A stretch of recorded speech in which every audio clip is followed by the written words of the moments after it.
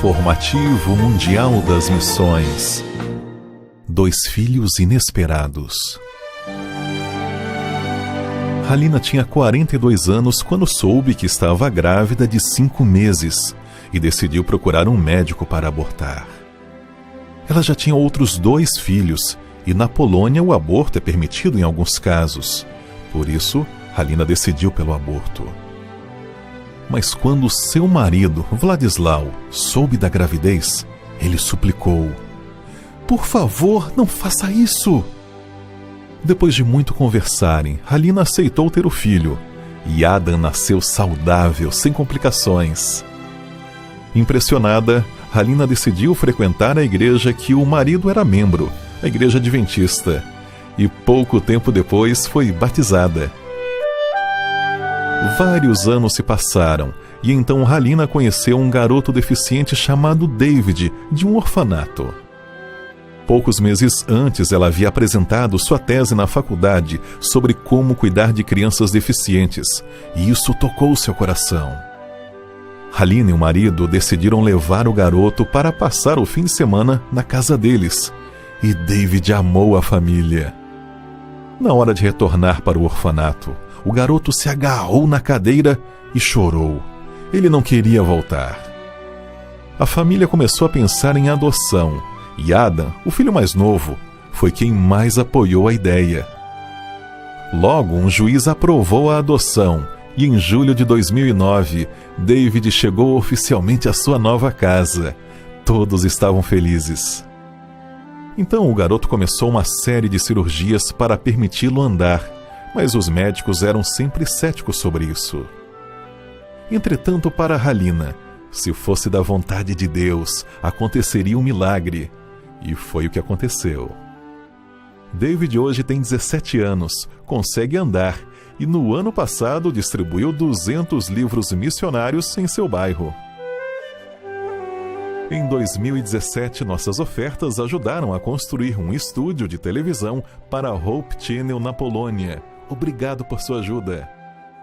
E neste trimestre iremos ajudar a construir uma igreja e um centro de influência em Nicósia, no Chipre. Sejamos liberais.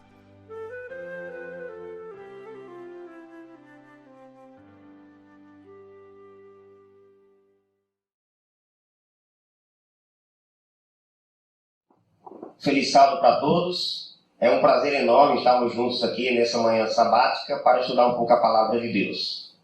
Você que se liga agora através do seu equipamento, seja no seu smartphone, na sua TV, seu computador, onde quer que você esteja, e agora acompanha o estudo da lição da Escola Sabatina, a você desejamos um sábado cheio de satisfação e de alegria na presença de Deus. Nós temos aqui conosco, que irão colaborar no comentário da lição da Escola Sabatina, a nossa irmã Riso e o nosso irmão Tony. Eu chamei assim pela alcunha, porque vocês são muito chegados, não preciso aqui de formalidades. E como vocês já conhecem, vamos dirigir o estudo da lição dessa semana. Mas antes, então, vamos fechar os nossos olhos e conversarmos com Deus. A irmã Riso vai fazer a oração inicial. Amado Deus e eterno Pai, a Ti, Senhor, toda a honra, toda a glória, todo o louvor. Pai querido, estamos aqui reunidos, Senhor, para juntos recapitularmos a lição da Escola Sabatina. Estamos vivendo um tempo difícil, porém, é com muito amor e muita esperança que estamos aqui reunidos para estudarmos a Tua Palavra, que é a nossa esperança. Pai querido, fica conosco, que Teu Santo Espírito nos instrua e nos dê discernimento e sabedoria para aprendermos mais e mais de Ti. É o que Te pedimos e desde já Te agradecemos. Em nome de Jesus. Amém. Muito bem. Então vamos lá. A Bíblia, a fonte autoritativa de nossa teologia.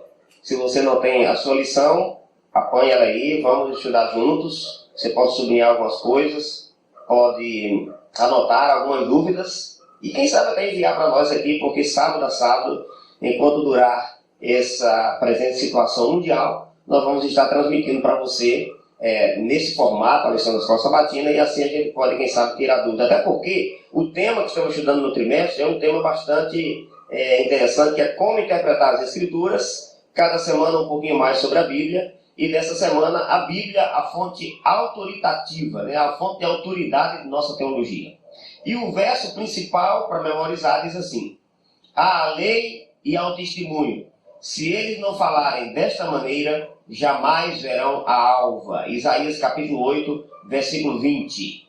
Há a lei. O A está em acrase, está acraseado, porque mostra que está se referindo a ela. Se não falarem segundo a lei e ao testemunho. A lei aqui são os 5 livros de Moisés. E o testemunho, os demais livros do Velho Testamento. O testemunho dos profetas, né? Que todos testemunhavam a respeito de Jesus. Só lembrar que Jesus falou assim um dia para os judeus que o acompanhavam: vocês examinam as Escrituras porque julgam ter nela a vida eterna. Pois é, são elas mesmas que testificam de mim.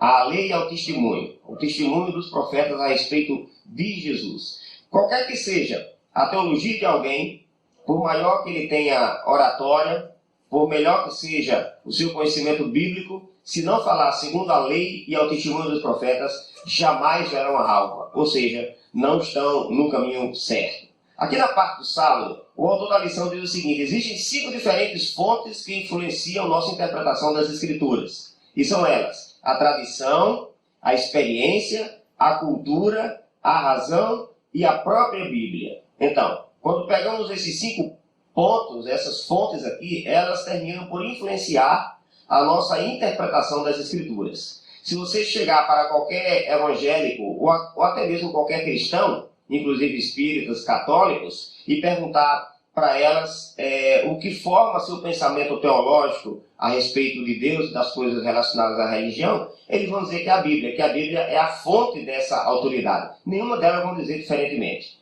Porém, interpretada da forma correta, como ela mesma diz que deve ser interpretada, é a grande questão. E é isso que vamos discutir um pouquinho essa semana aqui, começando aqui com meu irmão Tony, falando na parte do domingo sobre a tradição. A tradição, Tony, é boa? É ruim? É neutra?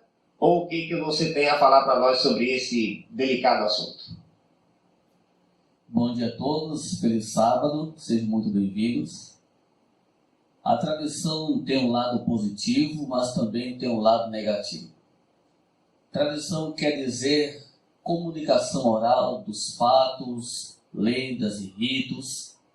Nós observamos aqui nessa parte do domingo, Jesus, ele exaltando a lei, Jesus exaltando a palavra ao invés da tradição.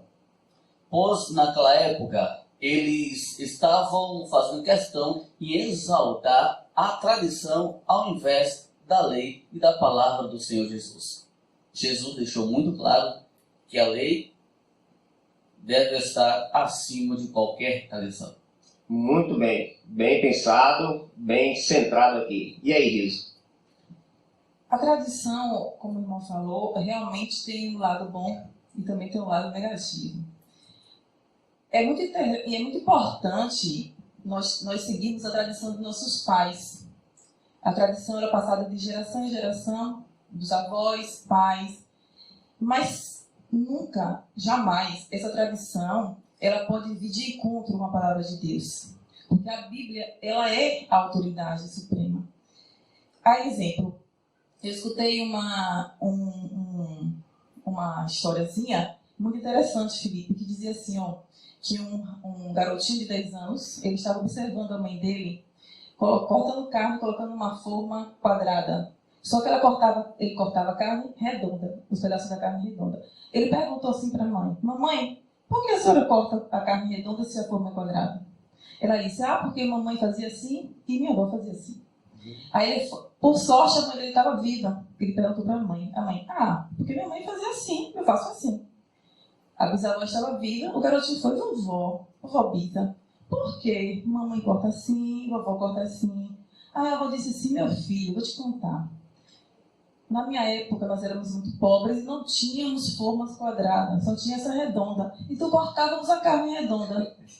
Agora, por que sua mãe, sua avó faz assim? Não sei, elas são as pontas. O que eu quero dizer com isso? Que algumas tradições de nossos pais, de nossos avós, elas não são recomendadas para que seguimos quando se refere à palavra de Deus, que não vai de encontro à palavra de Deus. A tradição ela é boa, porém, quando ela não vai de encontro. Porque deixar um legado, é um legado a tradição. Muitas coisas boas elas estão sendo perdidas tradicionalmente, né? Mas nunca, jamais, se for de encontro à palavra de Deus, a gente tem que ir a favor de Deus e não porque nosso pai fazia assim, nossa mãe fazia assim, etc. Muito bem. Isso aí, como no caso da história que você contou, a tradição se tornou meio vazia, sem sentido nenhum. Ela não sabia nem o porquê que estavam fazendo aquilo. Um mero rito. Na lição do domingo, Jesus, o autor cita aqui um fato ocorrido quando Jesus foi para um jantar, ou um almoço, né? E aí quando chegou lá, os discípulos não lavaram as mãos. Os judeus tinham essa tradição. Mas não era lavar as mãos como a gente faz comumente. Talvez fosse até lavar as mãos como no tempo que estamos vivendo aqui, preocupados com o coronavírus, né? Com mais intensidade e mais vezes. Mas eles lavavam cerca de 7 vezes em 7 tipos de água diferentes. E aí quando os discípulos chegaram famintos, começaram a comer sem lavar as mãos. E para eles, quando alguém tocava no alimento sem lavar as mãos, o alimento ficava contaminado, ficava imundo. E nesse caso aqui, eles foram reclamar a Jesus, que Jesus falou assim: vocês seguem a tradição dos homens, mas desprezam jeitosamente a palavra de Deus. Então, quando a tradição entra em choque com a palavra, ela deve ser ficada de lado. Não é isso que vocês dois falaram? E no caso aqui, Jesus falou isso porque os fariseus diziam o seguinte: se um filho tem pais ainda vivos e é rico, como um jovem rico, por exemplo, e por algum motivo ele está prestes a morrer, ele pode olhar para os seus bens e dizer corban, que é uma palavra que significa dedicado ao Senhor. E mesmo que o pai e a mãe esteja vivo, ele morrendo, aquilo que ele disse corban vai para o santuário e a mãe e o pai, mesmo sendo pobres, não recebem nada. Então Jesus falou: não pode, o mandamento diz: honra teu pai e tua mãe. Vocês estão seguindo uma tradição e desprezando um mandamento de Deus. Então, quando a tradição entra em choque com o mandamento, ela deve ficar de lado. Correto? Agora, Felipe, uma coisa assim interessante, que o que os judeus faziam era bom e era correto. Principalmente se tempo que nós estamos vivendo hoje do coronavírus, lavar as mãos adequadamente é importante. Só que eles colocaram esta questão como uma regra de fé e de salvação. Então, aí passou a ser ruim nessa tradição. Muito bem, bem explicado mesmo. Você está aprendendo em casa? Ou está discutindo, concordando, achando que o assunto está sendo levado a êxito? Pois nós vamos continuar. Eu vou citando dia por dia, porque a gente precisa chegar na parte principal. A lição vai focando, né, no final dela para a palavra de Deus. Porque além da tradição, nós temos a experiência. Né? As experiências pessoais, elas são positivas. Né? Todos nós temos experiências ao longo de nossa vida de como Deus nos transformou, de como Ele nos usou, de como Ele contribuiu para a nossa vida espiritual. No entanto, aqui está o problema que a experiência traz, e é quando exatamente a gente confia nela, da mesma forma como confia na tradição, apesar da palavra de Deus dizer o contrário. Não é isso mesmo? Vamos lá, Tom. Quero você participando. O interessante é que a experiência, ela é fundamental. Ela é importante, a experiência. As experiências podem ser boas, também podem ser ruins. No contexto aqui, no nosso dia a dia, nós poderemos, com certeza, ter uma boa experiência com Deus. Experimentando o amor de Deus, experimentando a graça de Deus. E a experiência, ela pode acontecer através do meu relacionamento com Deus. Você acha que, apesar de preparados, de leitores da Bíblia, de fazer um ano bíblico, de ter o seu culto matinal, ainda assim a gente pode, de certa forma, transigir com a experiência acima da palavra de Deus, de algum modo? Você acha que a gente ainda pode ser enganado, mesmo tendo contato com Deus, que de alguma maneira o inimigo possa nos enganar? Porque se você observar aí a pergunta número 4, que advertência se encontra em 2 Coríntios 11, 1 a 3, o que isso revela sobre os limites da confiança nas experiências? Boa pergunta. Serve para nós esclarecermos algumas dúvidas. Por exemplo, quando nós confiamos demais no nosso relacionamento com Deus, quando nós confiamos demais em nós mesmos e confiamos demais na nossa experiência, nós esquecemos que a nossa confiança deve estar em Deus. Então, até a própria experiência deve ter um fundamento na Bíblia, na palavra do nosso Deus. A experiência é algo fantástico, é algo muito bom, mas se a experiência não está baseada na palavra de Deus, se nós confiamos em nós mesmos, a autoconfiança, aí é um pouco arriscado nós exercermos muita fé na nossa própria experiência. Muito bem, até porque o inimigo sabe disso e às vezes explora esse lado também. A Bíblia, falando de nossa experiência pessoal, que não pode ser valorizada além dela, diz assim, enganoso é o coração, mais do que todas as coisas, e desesperadamente corrupto, quem o conhecerá? Ou seja, a gente não pode basear a nossa fé e a nossa regra e prática apenas na nossa experiência pessoal, e nem da dos outros, porque senão a gente pode então ser enganado também. Concorda? Concordo sim, Felipe. E assim, a doutrina, ela, quando sai do papel, se ela não tiver experiência da vivência com Cristo, é vã. Por exemplo, a gente não adianta a gente conhecer toda a doutrina se não tivermos uma comunhão diária com Cristo. É essa comunhão diária com Cristo, que a gente assim, orar o tempo todo, estudar a Bíblia todos os dias e pregar o Evangelho, trazer uma pessoa para Cristo, eu creio que esses três é uma experiência muito agradável que nos fortalece para estarmos conectados com Deus todo momento e de acordo com a palavra de Deus. Porém, contudo, entretanto, como você falou, esta união, né, com Cristo, ela pode nos deixar assim, sobremaneira se achando. E tem pessoas que falam assim, poxa, eu fiquei tanto tempo na igreja, eu entrei na igreja e saí e não senti nada. Nosso sentimento é enganoso. Como o Felipe falou que o coração é enganoso, a mente da gente é enganosa, né? Então, o que é que a gente tem que fazer? Voltar sempre para a Bíblia. O que a Bíblia diz? Eu preciso sentir, quando eu estou orando, eu preciso sentir que eu estou saindo do chão. É igual algumas coisas que eu já escutei. Se você estiver orando e sentir que você não está flutuando, você não teve nenhuma conexão com Cristo. Não, gente. Eu não penso que seja assim, Felipe. Porque aí eu vou estar colocando o quê? Que essa experiência, ela é superior ao que a palavra de Deus diz. E a minha fé em Deus, está independente do que eu sinta. Porque eu creio no que está escrito. Quando as pessoas às vezes falam assim, olha, eu fiz isso porque eu senti. Então eu senti. Agora assim, como você pegando aí que você falou, se você não sentir emoção, parece que não aconteceu nada. Uma coisa não tem a ver com a outra. Não significa também que no momento de encontro com Deus, de louvor com a congregação, você não sinta as emoções que faz parte do culto, mas não são elas que determinam se você está no caminho certo ou não. Não são experiências pessoais.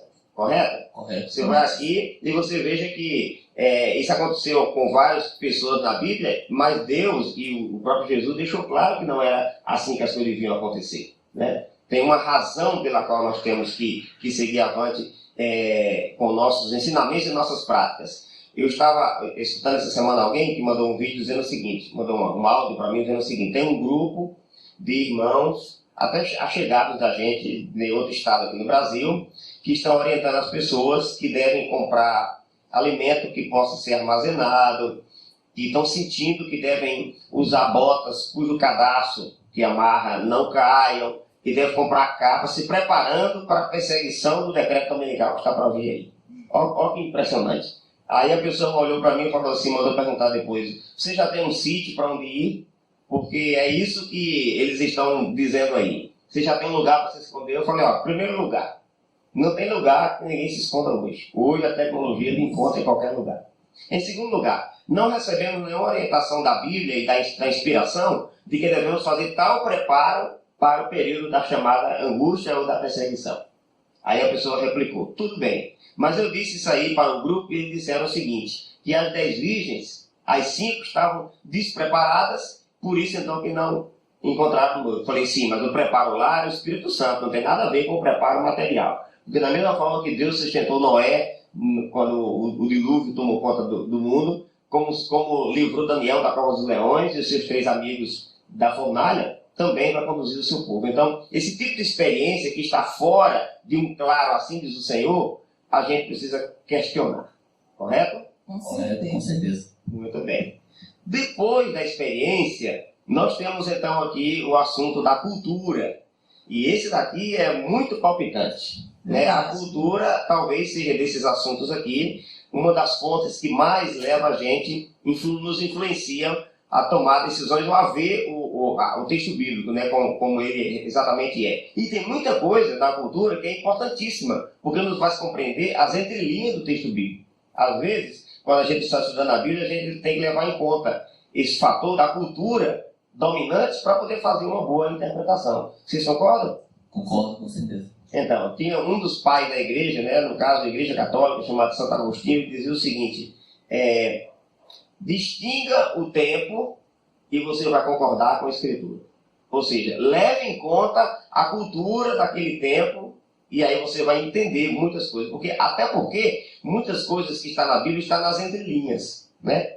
Estão nas entrelinhas, e elas foram colocadas aí por causa da cultura reinante. No entanto, nós aprendemos que a palavra de Deus também está acima de toda cultura. E às vezes nós temos que ser como Jesus, de ir formar uma contracultura, né? Contracultura. E essa contracultura tem a ver até mesmo com padrões que a gente chama de evangélicos, né? Eu vou dar um exemplo aqui, tratando a coisa miúda. Nós temos todos os anos voltado uma marcha para Jesus. E aí você vê lá um bando de gente atrás de um trio elétrico, se comportando de forma excêntrica e levantando uma bandeira que não está de acordo com a palavra de Deus, misturando todo mundo, dizendo que está fazendo isso para concorrer com o carnaval ou com outras marchas para o diabo, né? E aí, boa parte dos cristãos, adventistas principalmente, não vão lá, porque sabem que essa cultura, porque já criou-se uma cultura, não está baseada num claro assim diz o Senhor. Né? De certa forma, até afronta quem está do outro lado, né? Com a ideia de que a gente vai concorrer, ou vai superar, ou vai também dizer que nós temos poder para fazer uma marcha para Jesus, termina, de certa forma, afrontando quem está do outro lado. Correto? O que nós aprendemos, os dois, sobre cultura? Felipe, a cultura, ela é inegável o poder da cultura na vida do nosso comportamento, na vida da gente. Veja bem, a gente passa 6 dias da semana lá fora, vivendo com uma cultura que muitas vezes choca com o que nós aprendemos da Bíblia, né? E apenas um dia no sábado, nós vem para a igreja, escuta um sermão, recapitula a escola sabatina, mas aí, aquela cultura que a gente passou os 6 dias da semana está impregnada na gente. Aí é o problema. Porque nós não podemos deixar que a cultura secular ela interfira no nosso aprendizado com Deus. Talvez por isso, na pergunta 5 de João 2,15, diz assim: não ameis o mundo, nem as coisas que no mundo há. Isso, exatamente, isso mesmo. Então, assim, não devemos, de maneira nenhuma, colocar a cultura acima da palavra de Deus. Mais uma vez, a lição toda, o ponto-chave é essa questão. Porque a experiência é importante, a tradição é importante, tem sua importância, a cultura também é importante, só que a Bíblia ela foi escrita, como o Felipe acabou de falar, numa determinada época, num contexto cultural. Só que a Bíblia é tão maravilhosa que ela serve para a cultura de hoje.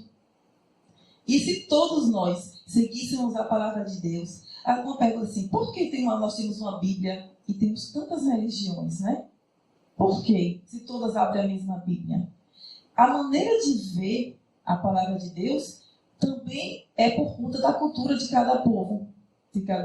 Eles interpretam a Bíblia de acordo com a sua cultura. E muitas vezes colocam a cultura dele, pessoal, na palavra de Deus, para fazer com que a Bíblia fale o que eu quero. E não é assim. Interessante. Eu estava lendo outro dia sobre esse assunto que você está falando, exatamente isso aí, que um ministro, um pastor de determinada religião, fora do Brasil, foi convidado pela Junta Jovem para vir fazer uma série de conferências de 3 noites em uma igreja grande e famosa. E os jovens foram recepcionados no aeroporto. Quando eles chegaram lá no aeroporto, no saguão, procurando em meio às pessoas que chegaram, os passageiros desse voo, chegaram o suposto ministro, né, o ministro para poder fazer as conferências na igreja deles, eles viram todo mundo saindo e um senhorzinho fumando. Ele falou, bom, eu acho que não é aquele. Todo mundo foi embora, só ficou aquele sempre fumando, então ele está com uma mala, como se estivesse também procurando alguém. Mas será que é ele? Mas fumando. Aí alguém arriscou e disse, bom, se só tem ele aqui e era o último voo, nós vamos perguntar, né? E aí alguém se aproximou dele assim e falou, o senhor porventura é o pastor fulano de tal? Aí, opa, sou eu mesmo. E estou aqui esperando os jovens da minha igreja que vieram me recepcionar. São vocês? Aí o rapaz que perguntou, ele falou, Paulo, somos nós. Agora uma pergunta, e o senhor fuma? Cadê o pastor? E o senhor fuma? Aí o homem disse, bom, eu fumo lá no meu país, não tem nenhum problema fumar. Vocês aqui no Brasil não fumam, não? Aí o João falou, não, a gente aqui não fuma porque diz que, de certa forma, é pecado, que está transgredindo a lei da saúde. O corpo é o templo do Espírito Santo. Aí o pastor disse, pronto, não tem problema. Tirou o cigarro, jogou fora, vamos para a igreja. Você percebe a cultura lá, mas a cultura, ela não pode estar, não pode suplantar a Bíblia em momento algum. Você falou uma coisa interessante, dizendo que a Bíblia é tão maravilhosa que mesmo no contexto de hoje ela se aplica, porque ela está acima da cultura. Ela transcende a cultura. Felipe, eu escutei uma frase, eu li uma frase que diz assim, ó, conheça o mundo todo, mas nunca esqueça o quintal da sua casa. Eu achei interessante, passei a refletir acerca dessa frase. Você pode, eu digo assim, conheça o mundo todo, mas nunca esqueça a palavra de Deus. Muito bom. Né? Porque a cultura é importante porque você sabe de onde você veio, para onde você vai, e o meio que você viveu, você traz a maneira de falar, de agir, mas, como o Felipe falou, a Bíblia que vai dizer o que é certo, o que não é. Onde está escrito, né? O que a gente estudou semana passada. Onde está escrito? É porque, por exemplo, se você está discutindo assuntos que não tem claro, assim diz o Senhor, ou não tem um fundamento bíblico para discutir, você pode pensar de uma maneira, eu também posso pensar de outra. Nossa cultura nos leva a pensar assim. Agora, se tem um claro, assim diz o Senhor, está dizendo ali o que deve ser feito, aí é outra história. Concorda, Tony? Concordo, com certeza. Quando você vai na Bíblia, você vê, por exemplo, exemplos de cultura que influenciaram, e até influenciaram os escritores da Bíblia também. Eu queria citar só uns aqui para que nossos amigos que nos acompanham em casa pudessem ter noção desse fato aqui. Antes, porém, uma palavra para aqueles que não são adventistas e que são amantes da Bíblia e desejam estudar um pouco mais. A igreja tem esse curso bíblico, né? É um DVD com 18 temas, os ensinos de Jesus. Você pode ligar para nós nesse telefone que aparece acima do seu vídeo e poder solicitar isso aqui que nós vamos te mandar gratuitamente, ok? Voltando aqui. O uso do véu na igreja de Corinto. A igreja de Corinto tem um problema.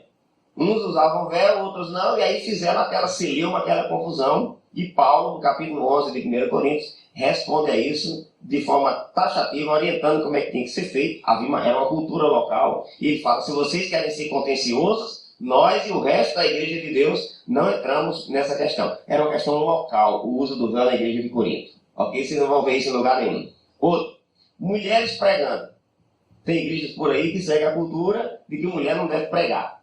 E se a gente fosse dela, você não estaria aqui. Viu?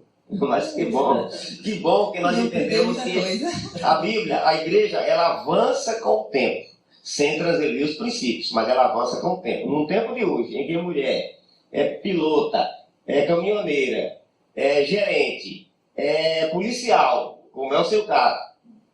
Pode?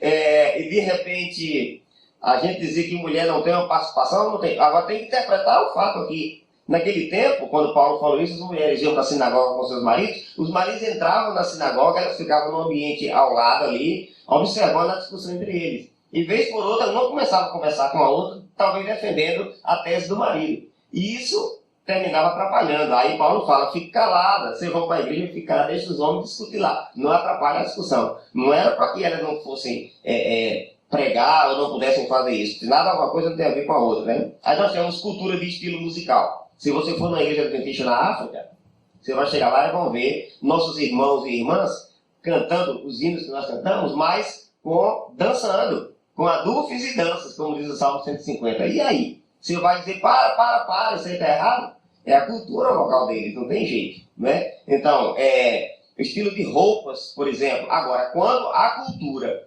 está transgredindo um padrão bíblico, aí é outra história, né? Quando ela se assemelha com o mundo e traz o mundo para dentro da igreja, aí a gente vai ter que entrar com a palavra de Deus que está acima de tudo. Concorda? Concordo, com certeza.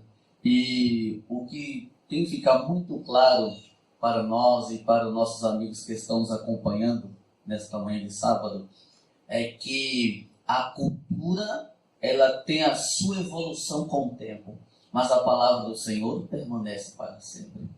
Não somos nós, não é a Bíblia que tem que se adequar a nós, somos nós que temos que nos adequar à Bíblia, a palavra do Senhor que está acima de toda a cultura. O interessante quando nós estudamos essa carta aí de João aí, né? Nós vemos nesses 3 versículos aí, ele falando não amar o mundo. Ele não está se referindo às pessoas, mas às diversões e costumes e práticas mundanas seculares, que vão de encontro à palavra de Deus. Muito bem, bem explicado. Parabéns. Obrigado por nos lembrar isso aí, que é bem Só para interessante. acrescentar, e também assim, tem pessoas que falam assim, olha, não, é o aniversário do meu irmão. Não, você não pode ir não. Eu disse, por que não? Porque lá eles vão beber, vai ter bebida, tal e tal. Se é uma área livre, grande, eu falei assim, eu vou. Fiquei distante e aproveitei para pregar a palavra do Senhor. Você não tem que ficar se você está numa cultura, num ambiente diferente, você pode aproveitar para mostrar a sua diferença positiva. E por pouco tempo, distante e tal, é assim, é só usar, como eu quero que eu possa dizer, saber até onde você vai, o limite. Você está numa roda de amigos, você tem que influenciar os seus amigos e não deixar que os amigos te influenciem, se tiver cultura diferente e se de acordo com a palavra de Deus. Bom, já que você tocou nesse ponto, eu queria tocar aqui, já trocando em miúdos também. Eu gosto muito da coisa prática, né? Nós temos uma cultura aqui no Brasil, eu acho que em várias partes do mundo, mas eu falo aqui do Brasil e falo especialmente aqui de Salvador, porque é comum em casa, nos domingos ou em outros dias da semana, é comum ter aniversário. Você escuta as pessoas homenageando, batendo palmas, né, cantando o famoso parabéns para você, né? Isso é uma cultura aqui da Bahia. Digo a vocês, é possível que um adventista vá para qualquer aniversário e ao mesmo tempo não esteja transmitindo a palavra de Deus? Sim ou não? Eu acho que sim. Quem pode ir não está entrando em choque. Eu estava na casa do meu irmão, era o aniversário dele, eu não ia embora e deixar de jeito nenhum. Aproveitei, fiquei distante, e a pessoa que estava próxima de mim, eu comecei a falar. E bateu parabéns para ele também. Bati os parabéns para ele também. Bati os parabéns para ele também. O interessante também é que, conselho aos pais, os seguidores de Cristo devem separar-se do mundo em princípios e interesses, não devem, porém, se isolar do mundo. O primeiro milagre de Jesus foi numa festa de casamento. Jesus gostava de misturar-se com as pessoas, né? E não era todo mundo que pensava igual a ele, não. Ele ia misturar porque ele gostava do cheiro de gente, né? E tem certas culturas que nos fazem sentir isso aí. No caso aí do parabéns do aniversário, né? Há um grupo religioso que diz que não vai para a festa de aniversário porque na Bíblia tem 2 exemplos de festa de aniversário negativos. Está entendendo? E por causa disso eu não vou para... Então, porque na Bíblia tem 2 exemplos de festa de aniversário negativo, um do faraó e outro de Herodes, né, que eram ímpios. Aí, por causa disso, eu vou deixar de ir alegrar-me com a vida que Deus deu para o meu irmão? Não faz sentido. Essa é uma cultura que não entra em contradição com a palavra de Deus. Na Bíblia também não diz em lugar nenhum, não fume. No entanto, esse mesmo grupo religioso não fuma, porque diz que estarei prejudicando seu relacionamento com Deus. Então, uma coisa não tem a ver com a outra. Tem culturas que se amoldam à Bíblia e não faz sentido dizer que ela não deve ser praticada. Inclusive, seria um mau testemunho não ir. Ser convidado para um ambiente desse, onde você não vai ferir o princípio de Deus, é seu irmão de sangue e até irmão de igreja, e você não ir, seria na verdade um mau testemunho não ir, seria uma falta de consideração. Vocês concordam? Com certeza. Muito bem. Então vamos lá. A gente vai avançando e nós temos aqui o estudo da quarta-feira que fala sobre a razão, que é outra fonte que nos influencia a interpretação das Escrituras. E eu gostaria de começar tratando desse assunto, lendo aqui na parte final da lição, uma declaração interessante. Diz assim: o presidente norte-americano Thomas Jefferson, que viveu entre 1743 a 1826, fez sua própria versão do Novo Testamento excluindo o que, em sua opinião, fosse contrário à razão. Quase todos os milagres de Jesus foram excluídos, incluindo a sua ressurreição. O que isso nos ensina sobre os limites da razão para com a compreensão da verdade? E aí, professor Tony, você viu o que ele fez? Ele excluiu tudo que não podia ser explicado pela ótica científica, afinal de contas, inclusive a ressurreição de Jesus, porque isso aí não fazia sentido. E aí?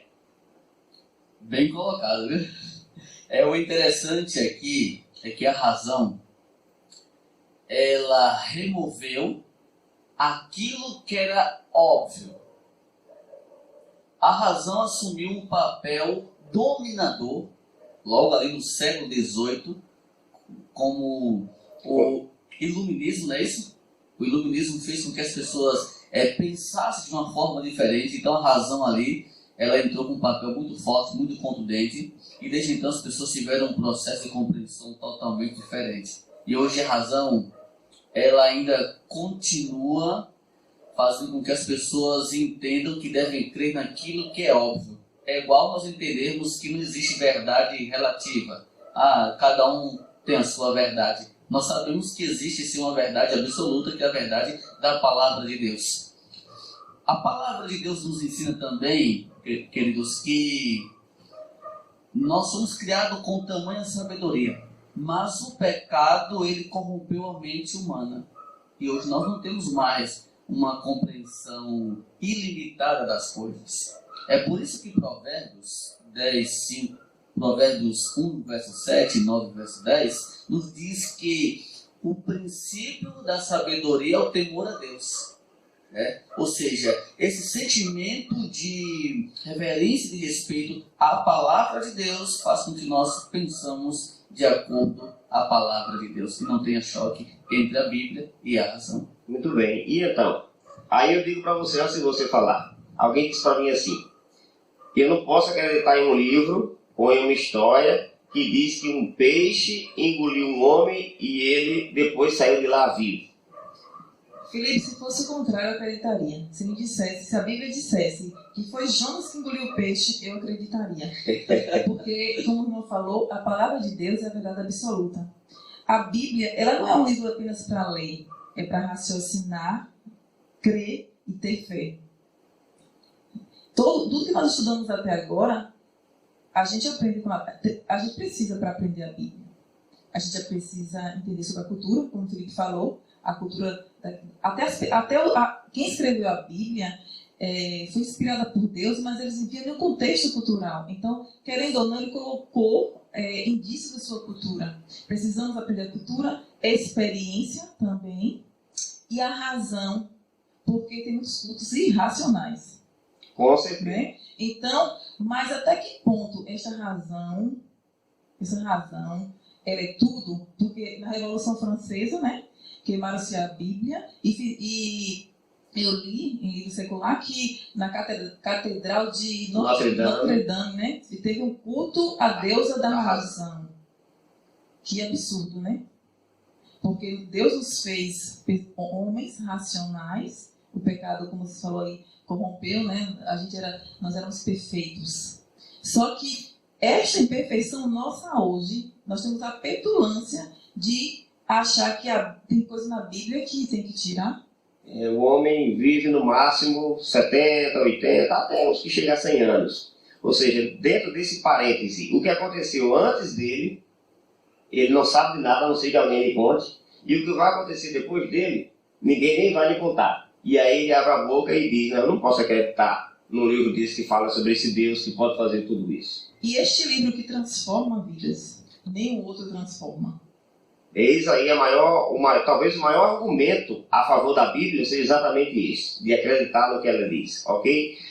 Embora Paulo fale assim que devemos transformar nossa mente, porque isso é um culto racional, né? Embora ele diga isso, a gente precisa entender o seguinte, ele está falando aí que eu devo saber a quem eu estou louvando, a quem eu estou adorando. Esse racional é exatamente isso, né? A quem e como é que ele pede para ser adorado, que é de acordo com a sua palavra. Correto? Correto, com certeza. Mas, meus amigos, a parte da quinta-feira, que para mim é a parte mais importante, é o coração da lição dessa semana, fala sobre a Bíblia. A própria Bíblia nos ajuda a entendê-la e a interpretá-la, que ela tem os próprios padrões de interpretação. Alguém não pode dizer assim, não, eu estou lendo esse texto aqui e eu acho que ele é assim. Pode ser isso? Não, é complicado, né?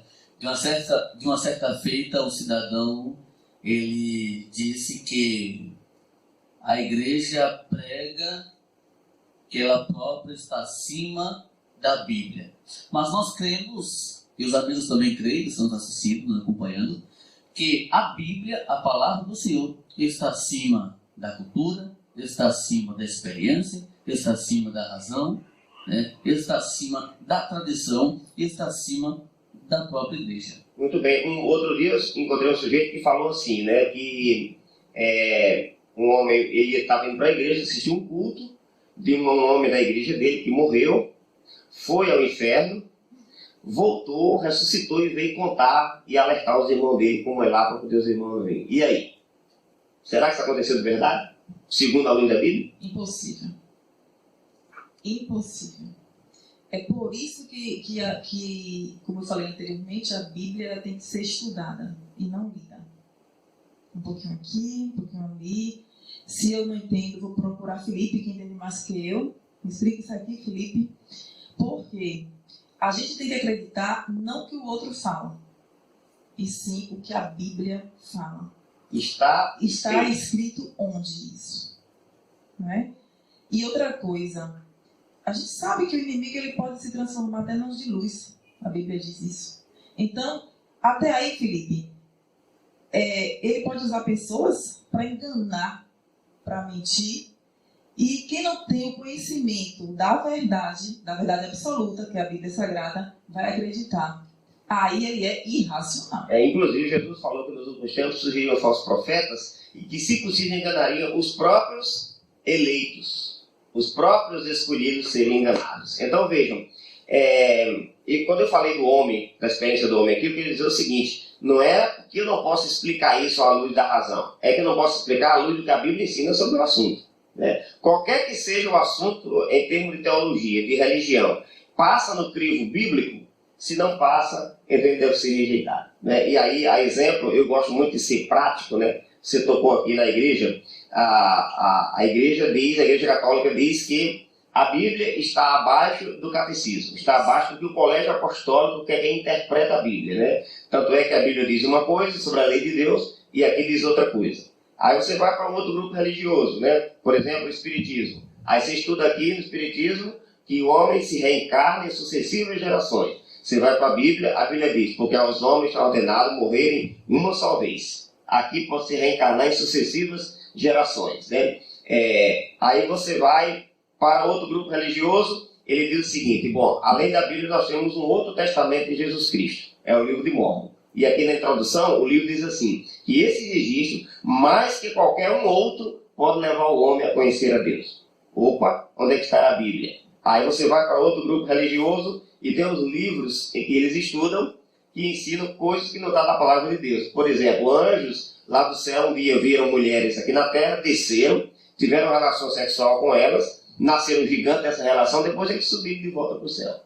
Isso não faz sentido e não cabe nem na cabeça de criança, muito menos de quem quer estudar seriamente a palavra de Deus e pautar sua vida sendo orientada pelo que ela diz. Alguém pode estar pensando, sim, mas os Adventistas do sétimo dia tem Ellen White, que tem centenas de livros. Sabe o que Ellen White diz sobre o livro que ela mesma escreveu? Escuta, aqui, ó, O Grande Conflito, página 9.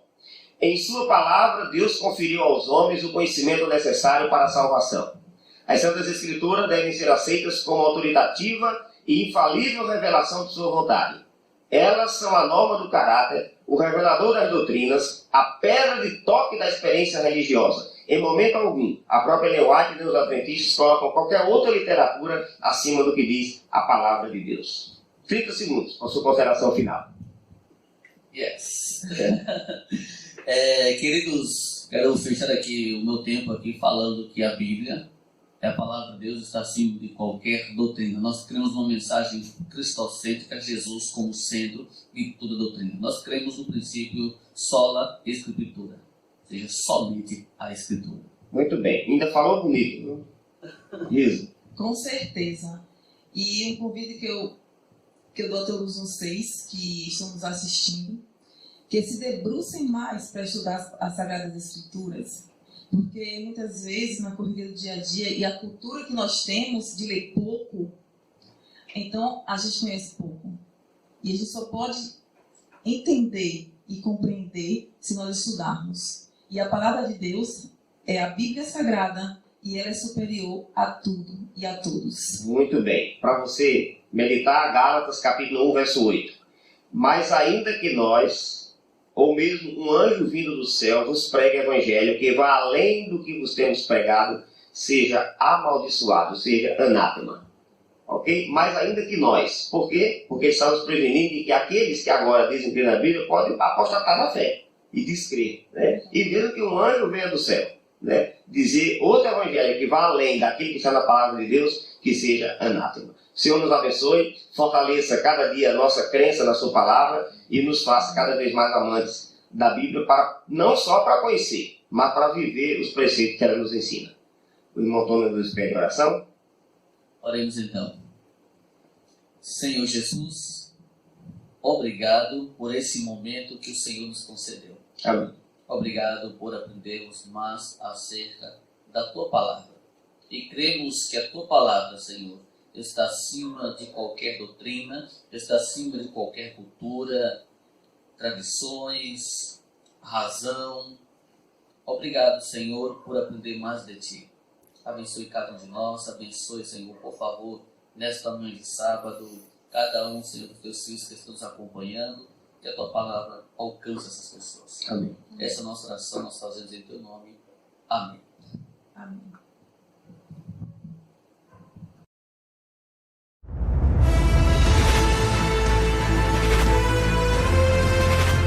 Provai e vede. História de hoje: de mineiro a chefe.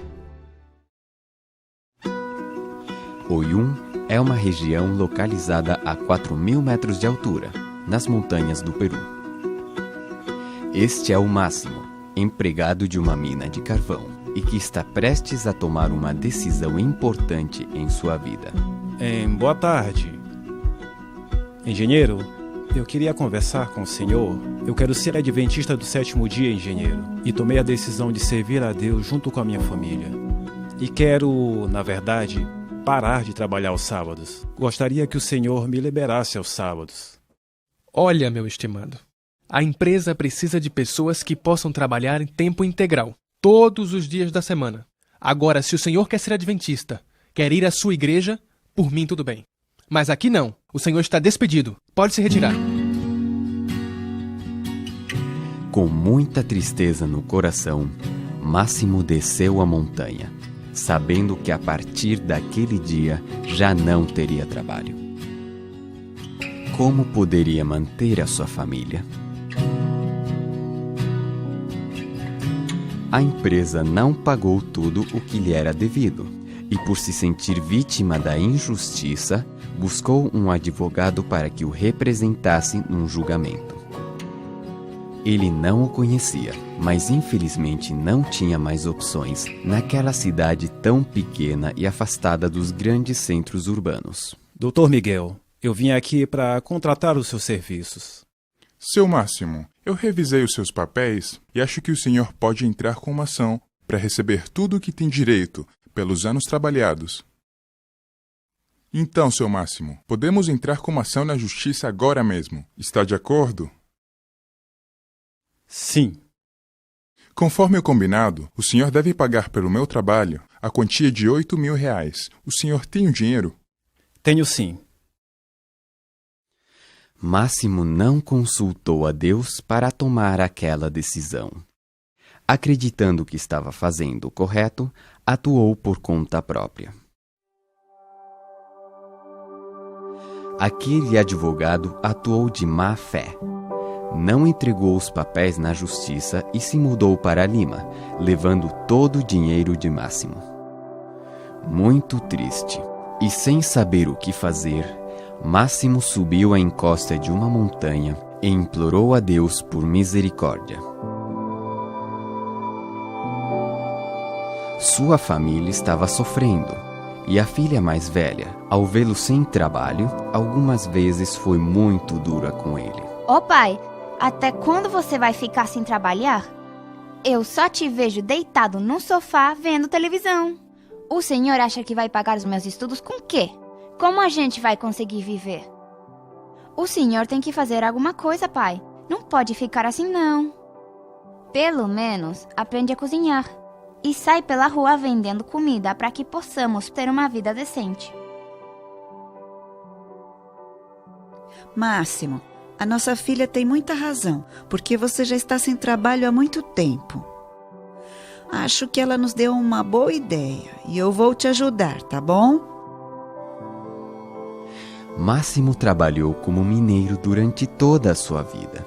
Como ele faria o que sua filha disse e aprenderia a cozinhar de um dia para o outro? Atualmente, ele e sua esposa saem todos os dias para vender comida pelas ruas da cidade. Eles ganham mais com este trabalho do que ganhavam com um salário de mineiro, sem contar que eles têm a garantia de não ter que trabalhar aos sábados. A história de Máximo talvez seja parecida com a sua. Na simplicidade desse testemunho, aprendemos duas lições. Diante de uma situação inesperada de desemprego ou de ter que recomeçar uma vida, busque a Deus em primeiro lugar. Se humilhe diante dele e, a partir daí, busque um trabalho que esteja ao seu alcance e se capacite para realizá-lo. Irmãos e amigos, agora chegou a hora de participar de um momento especial de adoração através dos dízimos e das ofertas. Deus os abençoe. Provai e vede.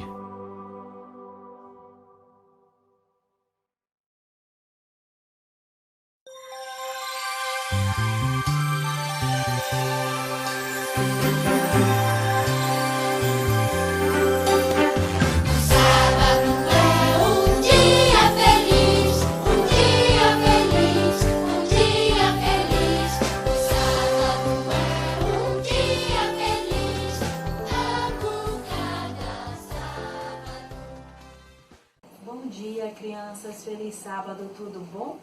Hoje estaremos dando continuidade à nossa historinha que tem como tema regras de maior grandeza. E ela está baseada no texto bíblico de Êxodo, capítulo 20, versículo 8. Vamos ler juntos? Lembra-te do dia de sábado para o santificar. Vocês lembram que na semana passada eu falei que a lei de Deus ela é dividida em duas partes? E falamos também de 3 regras que fazem parte dessa primeira parte da lei de Deus. Hoje estaremos falando da 4ª regra e última que faz parte dessa primeira parte da lei de Deus. A 4ª regra é: lembra-te do dia de sábado para o santificar. Essas 4 regras, crianças, têm a ver com o nosso relacionamento com Deus. Deus criou o mundo em 6 dias e no 7º dia descansou. Mas será que Deus descansou porque ele estava cansado? Não. Deus queria nos ensinar que devemos ter um dia para descansar das coisas que fazemos durante a semana e dedicar um dia para adorá-lo. Mas sabiam, crianças, que tem gente que não gosta do sábado? Acha um dia triste, um dia chato, um dia do não posso isso, não posso aquilo. Mas sabe, crianças, o sábado é um presente especial de Deus para nós. No sábado podemos ficar mais perto da nossa família, podemos ir à igreja, rever nossos amiguinhos, podemos passear para contemplar a natureza de Deus.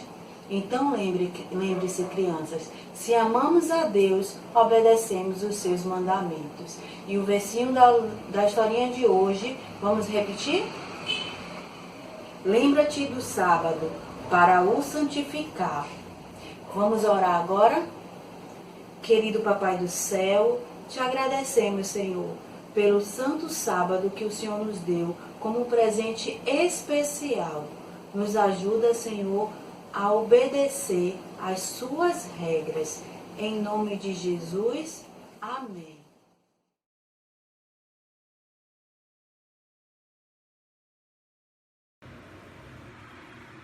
Nessa manhã de sábado, eu quero desejar um sábado muito feliz e abençoado a todos os nossos irmãos aí da igreja de Chácara Perseverança. Foi com muita alegria que recebi este convite para estar com vocês. Não podemos estar juntos de forma física, mas virtualmente sim. As circunstâncias da vida, os problemas que envolvem o planeta Terra neste momento, está fazendo com que estejamos distantes uns dos outros.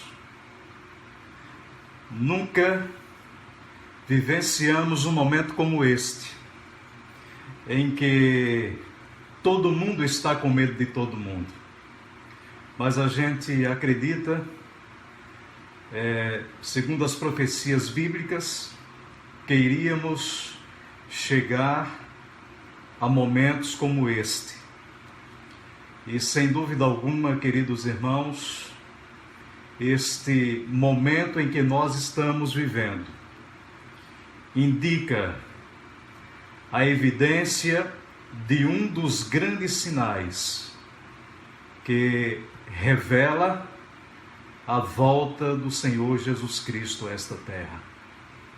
Não temos dúvida alguma de que o Senhor Jesus está às portas.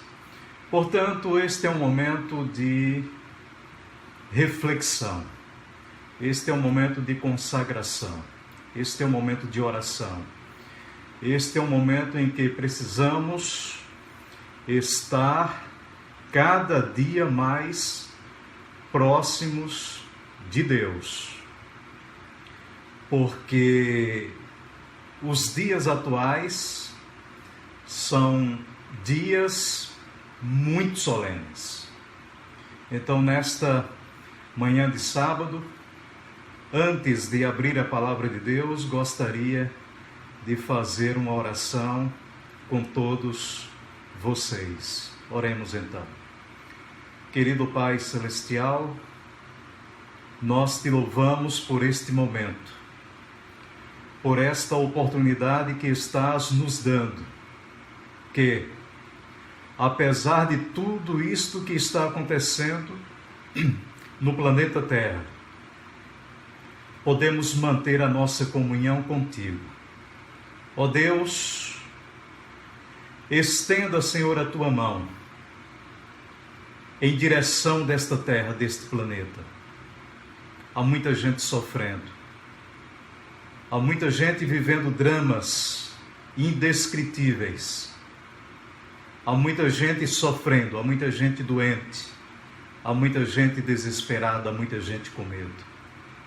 No entanto, Senhor, acreditamos que só o Senhor pode intervir, só o Senhor pode realizar o milagre que este mundo precisa, que os corações precisam. E neste momento, quando nós iremos abrir a Tua Palavra, que o Teu Santo Espírito venha nos alcançar. Oramos em nome de Jesus. Amém. Queridos, quero convidá-los nesta manhã para que, juntamente comigo, possamos caminhar um pouco ao lado de um grande homem de Deus que viveu aqui na história desta terra, que enfrentou os mesmos problemas que nós enfrentamos, que teve as mesmas dificuldades também que nós temos, que sentiu o cansaço que também nós sentimos, que sentiu as dores também que nós sentimos, mas a sua vida foi uma bênção. Este homem deixou para nós um legado de convivência, de relacionamento com Deus, de adoração a Deus. A sua vida foi uma vida de adoração. A sua vida foi uma vida de comunhão. A sua vida foi uma vida de relacionamento com Deus. Eu quero, nesta manhã de sábado, juntamente com vocês, caminhar um pouquinho, vivenciar um pouquinho a experiência que este homem vivenciou. Portanto, eu quero convidá-los a abrir comigo a palavra de Deus no livro do Gênesis, no capítulo 5, versos de 21 até o 25. 21 a 25. Podemos ler até o 24, já é suficiente o verso 24. 21 a 24 do livro do Gênesis, no capítulo 5. Nós lemos assim: Enoque viveu 65 anos e gerou a Metusalém.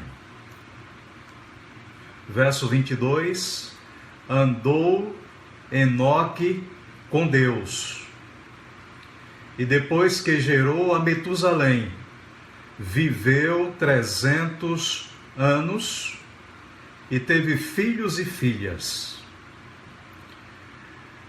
Verso 23, todos os dias de Enoque foram 365 anos. Andou Enoque com Deus, e já não era, porque Deus o tomou para si. Queridos, estes versos que nós lemos, por duas vezes aparece o verbo andar. São 4 versículos, e nestes 4 versículos projeta a experiência de Enoque andando com Deus, convivendo com Deus, desfrutando da presença de Deus. O estilo de vida de Enoque era um estilo de vida diferente do mundo de então. O estilo de vida de Enoque era um estilo de vida diferente daquele estilo de vida que a humanidade está vivendo hoje. A Bíblia diz que Enoque andou 365 anos com Deus. Ou seja, quando Enoque quando ele recebeu Metusalém como seu filho, a Bíblia diz que ele tinha 65 anos, e depois disso ele viveu 300 anos, e durante esses 300 anos foram 300 anos de caminhada com Deus. Você já pensou o que é andar 300 anos, conviver com uma pessoa durante 300 anos? Não, a imaginação humana não consegue alcançar do que isso significa. Portanto, eu quero lhes dizer nesta manhã que essa convivência de Enoque com Deus, isso significou um estilo de vida, fazia parte da sua vida, fazia parte do seu viver diário, caminhar, andar com Deus diariamente, cada segundo, cada milésimo de segundo, cada minuto, cada hora e cada instante. Portanto, nessa manhã, quero conversar com vocês, quero levar vocês a esta reflexão juntamente comigo, de que caminhar com Deus significa adorar. Adorar significa glorificar a Deus por meio daquilo que somos. Enoque, ele era o que era. O fato dele andar com Deus era um estilo de vida. Ele não pretendia ser, ele era. Nós somos realmente o que somos. Portanto, repito, adorar e glorificar a Deus por meio do que somos e do que temos e fazemos. É a grande proposta de Deus para a sua igreja nesse momento tão solene da história desta terra. A gente sabe perfeitamente o grande conflito em que nós estamos envolvidos. Esse conflito, de forma inexplicável, teve o seu início lá no céu. Se estendeu para a terra. E nós estamos vivenciando hoje, um campo de batalha. Estamos vivendo uma guerra. E o coração humano, o coração do ser humano, é o grande campo de batalha em que esta guerra está se desenrolando. O que o grande inimigo de Deus mais deseja aqui nesta terra é ganhar o espaço do coração do ser humano.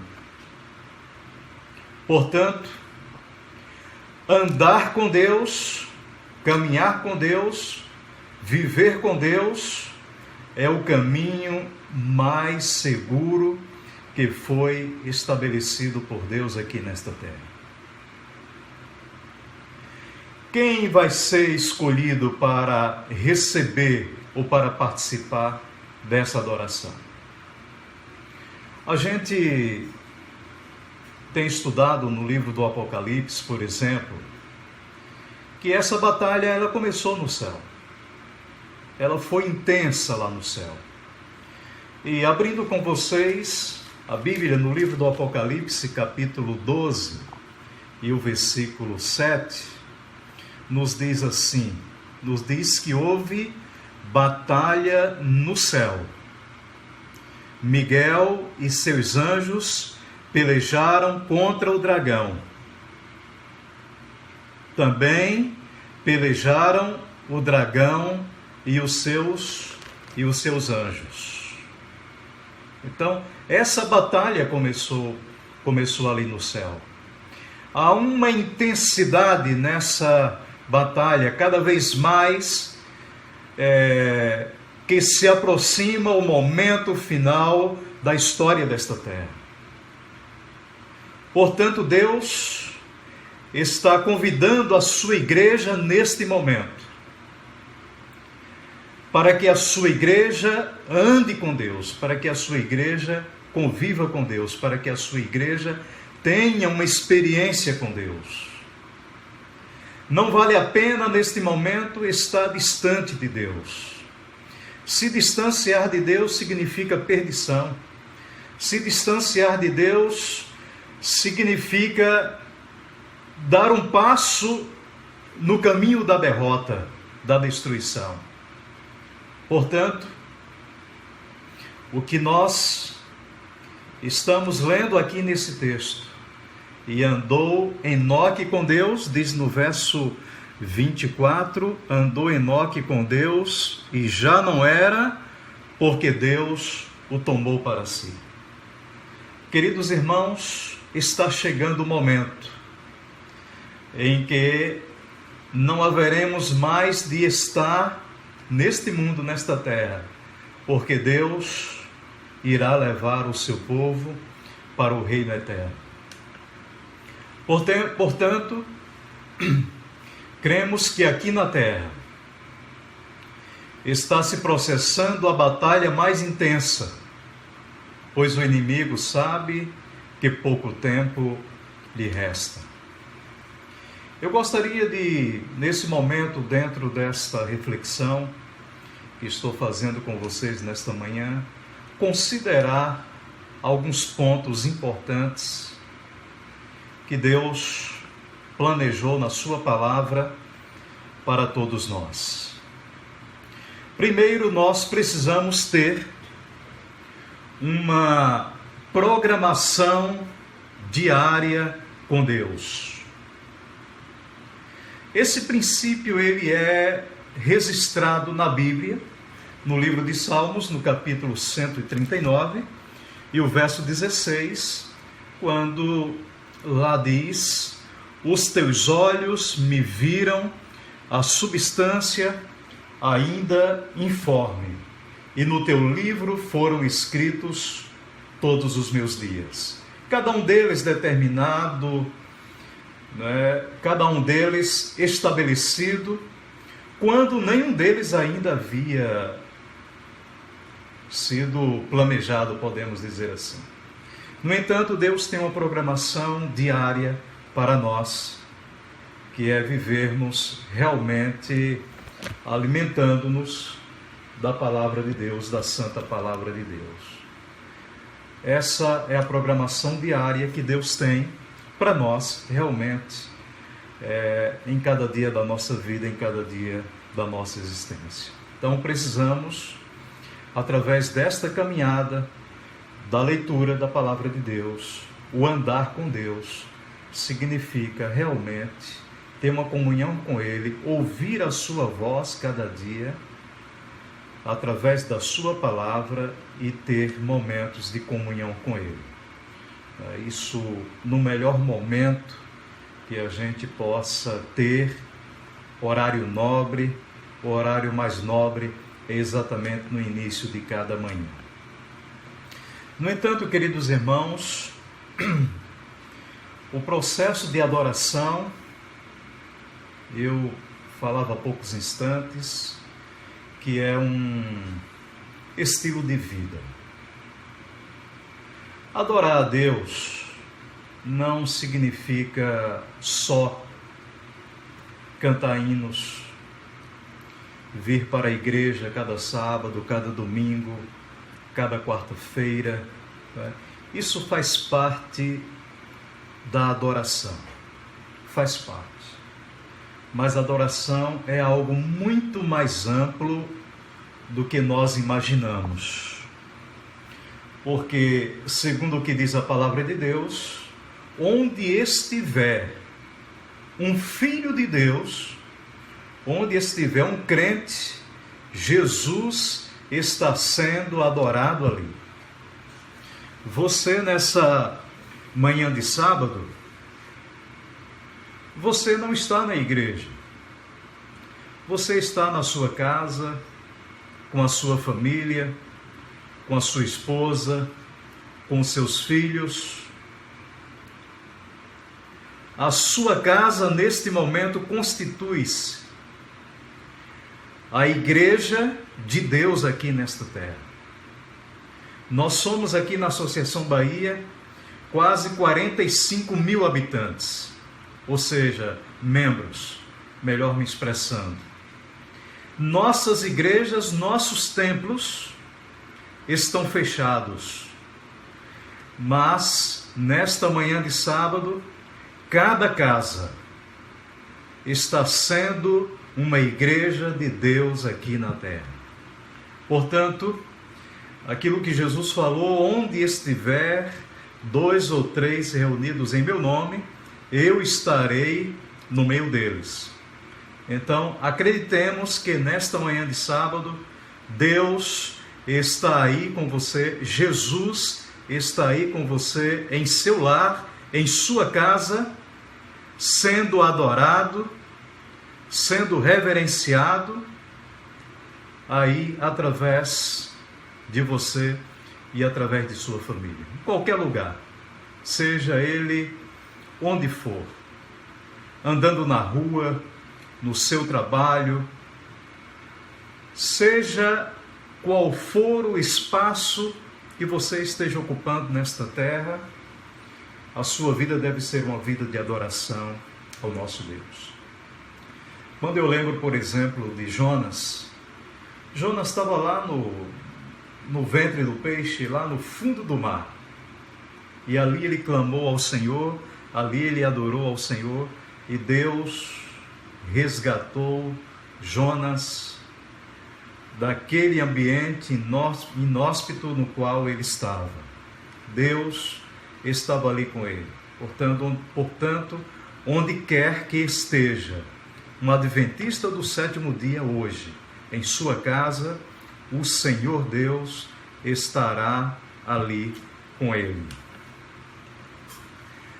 Cada atividade que realizamos em nossa vida pode ser transformada em um ato de adoração. Porque adorar, como disse, faz parte do estilo de vida. Adorar para Enoque era um estilo de vida. Era andar, era caminhar com ele, era conviver com ele.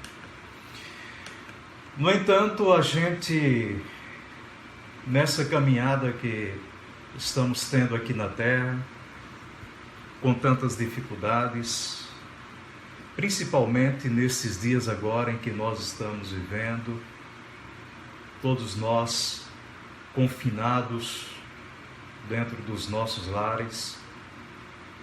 Hoje é 18 de abril, né?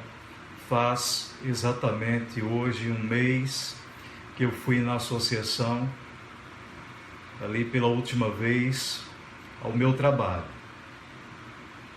Estou em casa, sou eu e a minha esposa, minhas filhas estão casadas, estão em suas residências. Tem sido dias assim muito difíceis, mas acima de tudo temos aproveitado esses dias para refletirmos, para estarmos mais em comunhão com Deus. E nós carecemos cada dia mais das misericórdias de Deus na nossa vida. Apesar de estarmos vivendo o que nós estamos vivendo, nós estamos contemplando a renovação das misericórdias de Deus cada dia. Nós acreditamos piamente que o Senhor Deus intervirá no momento certo e na hora certa. Eu tenho pensado e tenho refletido e tenho conversado comigo mesmo, com Deus, com a minha família, com as pessoas com as quais tenho estado em contato, né? Que o nosso Deus, ele tem o poder e tem a capacidade de destruir este vírus em milésimos de segundos. Ele está acompanhando tudo o que está acontecendo nesta terra. Mas acredito que Deus tem um propósito com tudo isso. Deus tem um recado, certamente, para dar à sua igreja. Para que a sua igreja ande mais próxima de Deus. Para que nós andemos mais próximos de Deus. Deus certamente está dando um recado para a sua igreja. Para que a sua igreja seja mais consagrada. Para que a sua igreja seja mais comprometida com a missão. Para que a sua igreja seja mais comprometida com a fidelidade cristã. Para que a sua igreja esteja visualizando pela fé um novo céu e uma nova terra que Deus não está preparando, Ele já preparou para cada um de nós. Acredito perfeitamente que Deus, neste momento, está querendo dar um recado para a sua igreja. Segundo ponto, nesse momento Deus está também dando um recado para o mundo, para o planeta Terra, para a sociedade, para os governantes, para as pessoas, para esse mundo que está vivendo aí de forma desenfreada. As coisas estão pelo avesso, a gente percebe isso cada dia. Olhamos ao nosso redor hoje e contemplamos a Sodoma e Gomorra dos dias de Ló. Olhamos ao nosso redor hoje e contemplamos os antediluvianos também. Então nós estamos vivendo em uma sociedade completamente perversa, promíscua, e Deus certamente está querendo dar um recado a este planeta, a esta terra, que o ser humano precisa se voltar cada vez mais para Ele. No entanto, queridos, o poder de Deus, ele ainda existe. O poder de Deus está ali, está aí. O poder de Deus se manifesta em cada batida do nosso coração, pela ação incessante dos pulmões que recebemos cada dia o oxigênio para vivermos, pelo alimento, pelo poder do Espírito Santo à nossa disposição, para promover em nós melhores pessoas, para promover em nós melhores adventistas. Porque a religião que não transforma o ser humano em um ser humano melhor, essa religião não serve. Então eu acredito na religião, eu acredito no Jesus que poderá fazer do ser humano um ser humano melhor e não pior. Então, temos cada dia contemplado realmente a grandeza de Deus, a manifestação de Deus em nossa vida, na vida da igreja e na vida das pessoas, porque temos percebido nesses dias, e você tem percebido também, que a igreja tem buscado mais o Senhor, que as pessoas têm buscado mais o Senhor.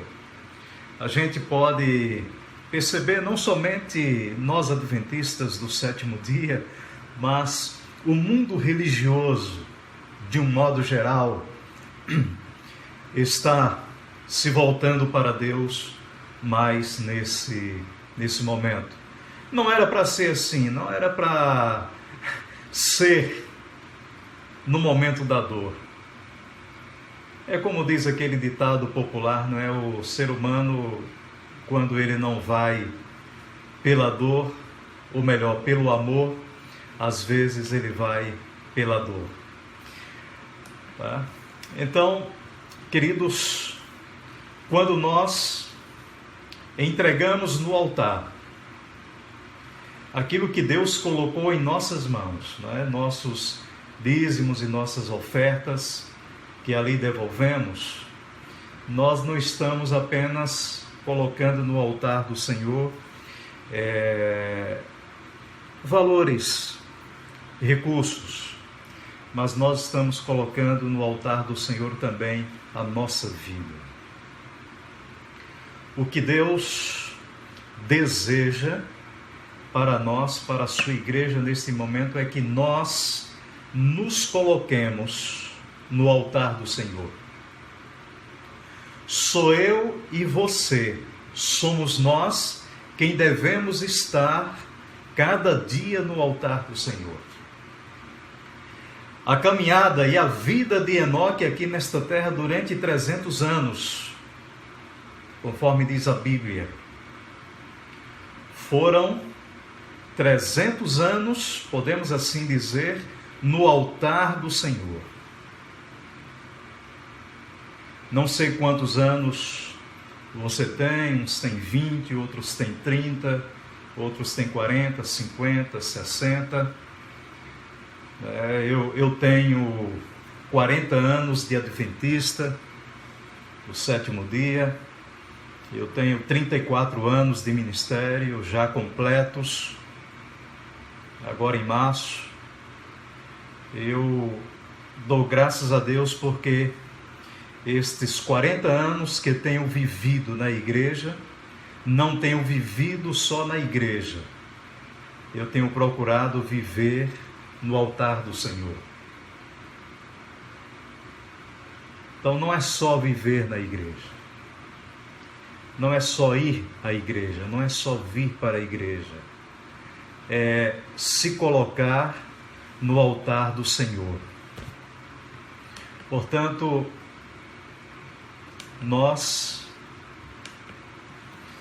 mais do que nunca, nesse momento, concluindo aqui a nossa reflexão nesta manhã de sábado, porque sei que uma mensagem através de um vídeo torna-se muitas vezes até cansativa, porque não há aquela interação, nós não estamos olhando ali nos olhos das pessoas, né?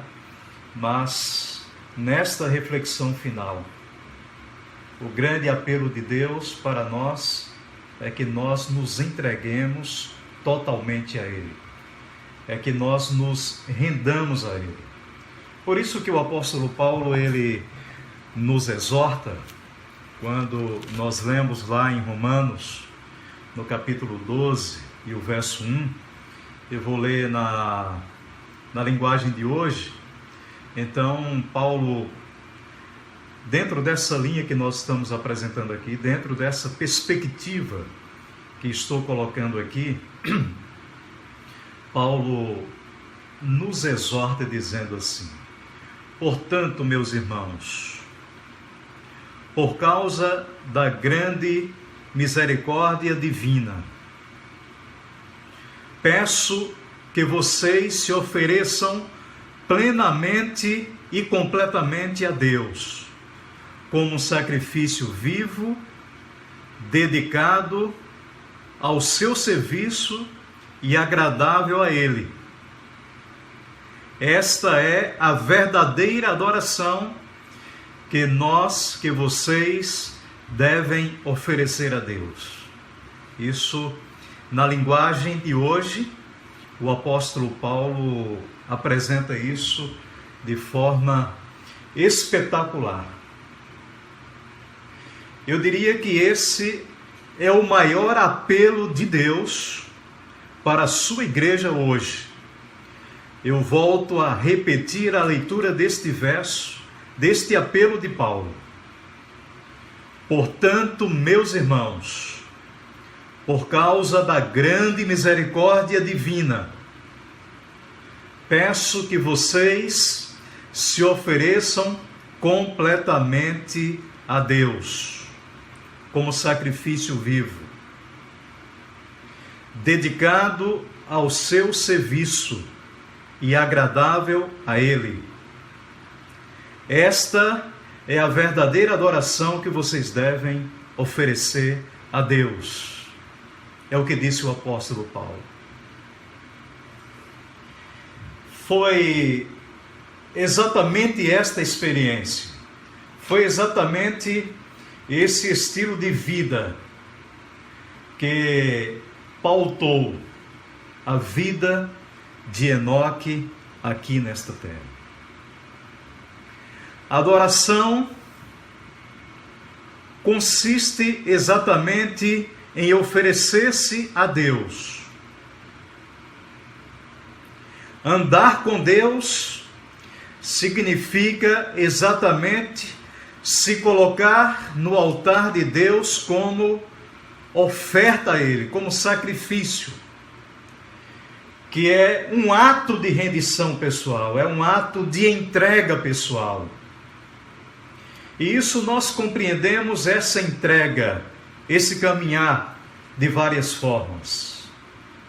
Por exemplo, entregar-se completamente a Deus significa consagração, significa fazer a vontade de Jesus como o Senhor da sua vida, significa carregar a cruz que Ele colocou também à nossa disposição, porque Ele disse: Se alguém quer vir após mim, renuncie a si mesmo, tome a sua cruz e siga-me. Isso é andar com Deus. Isso é andar com Jesus. É morrer para si próprio.